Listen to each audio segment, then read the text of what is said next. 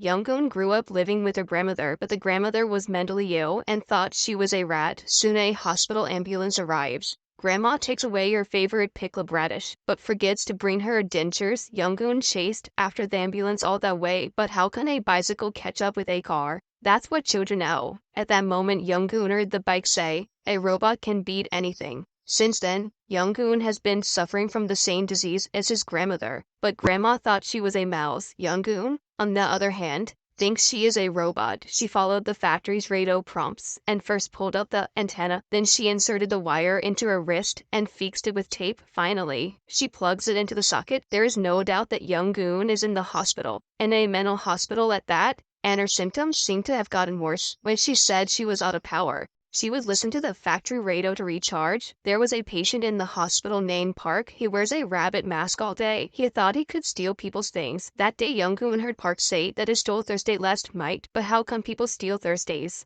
Then Young-goon opened the box and found that a pair of shorts was really missing inside. It belonged to Thursday. She believes in Park's powers, so she decides to ask Park to steal her sympathy. From the day her grandmother was taken away by ambulance, Young-goon had a voice in her heart complain about why she didn't kill the doctors in white lab coats. Young-goon thinks it's because of her compassion, but Park says that once he has the desire to steal, he has to steal what others don't agree to take. Young-goon promised to make sure she would hate him. Sure enough, her grandmother's dentures are missing.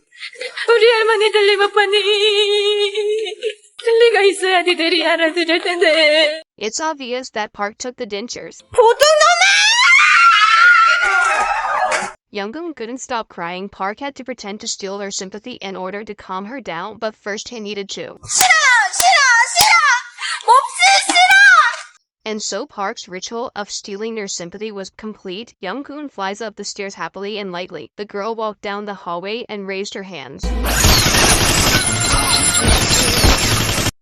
But it was all her fantasy. In reality, Young-goon passed out due to low blood sugar caused by not eating for a long time. Since Young-goon refused to accept medication, the doctors had to give her electrotherapy. They also put her in an incubator. After a short time, Young-goon felt her battery was recharged. There was nothing wrong with her physically, but her mental problems got worse.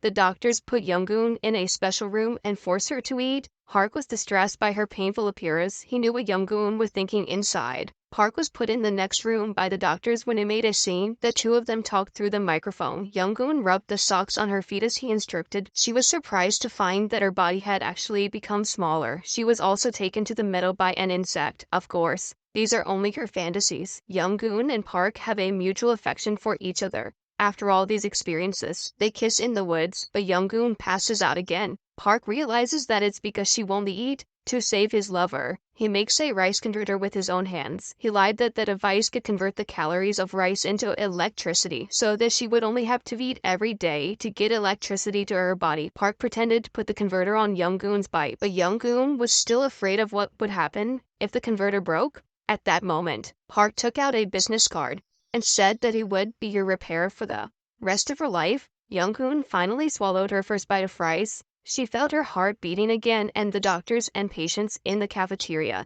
started to cheer and jump for joy. But that story doesn't end there. Young-goon thinks she's an atomic bomb. Her purpose in existence is to end the world, but she needs 1 billion volts of electricity to activate her power of destruction. Park takes Young-goon out into the rainy wilderness to accomplish her goal. They raise their antennae in anticipation of lightning, but all they get is a rainbow in the morning. This is a Korean romantic comedy film released in 2006 called I'm a Cyborg, but that's okay. Young-goon and Park are both patients with diseases, but they can listen to each other and go crazy with each other. Maybe some wounds can never be healed, but what's the harm? All the suffering can't stop the world from loving each other. Well, that's it for today's story. Let's explore the wonderful movies together. See you next time.